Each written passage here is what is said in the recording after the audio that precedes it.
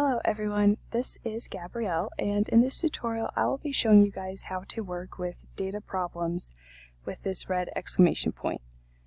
So for this example, I've chosen my ancestor, Cynthia Harris. So make sure that you have signed in to FamilySearch, and once you do that, your name will pop up in the right hand corner. So here over on the right under Research Help, you can see that this little data problem says missing standardized marriage place.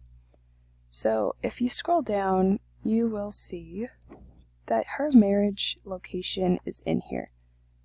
So if you scroll down to family members, for her marriage, here it says Adair, Davis, Kentucky, United States. But it's got this red exclamation point. And so this is a really easy problem to fix. So here I will click the little pencil, and where the red exclamation point is, I will click Edit. And so I don't want to lose this location because I haven't done any of the research for this person. I just want to fix this quick data problem.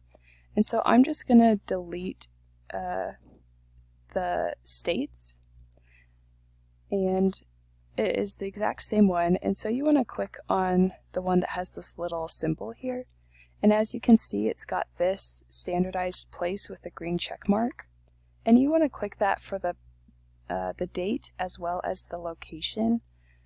When you have this here, this is how you know you've done it correctly, and once I click Save, that data problem will go away. So as you can see, it's disappeared. It's no longer there, and I haven't changed the information at all. It is still Adair Davies, Kentucky, but now the red exclamation point has disappeared. And so you can do that with lots of different things. So if that was to appear, if I had a hint on this right hand side saying she's missing the standardized birthplace right here, I can edit this here, or if it was a standardized death place, you can edit it there. But this is a very common problem in FamilySearch because people forget that they have to get this little symbol.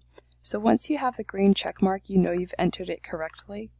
However, if I was to enter 1803 and not select this one, then you can see it says no standard is selected. And so it would give me a red exclamation point. So when you're doing family research, make sure that you click the one that has the little symbol. And so once you get it here, and you've got it for the place as well, you know that you've done it correctly.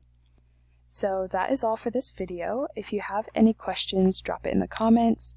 And if you like these videos, give me a thumbs up and subscribe to my channel so you can be notified when new videos come out. Thanks, bye.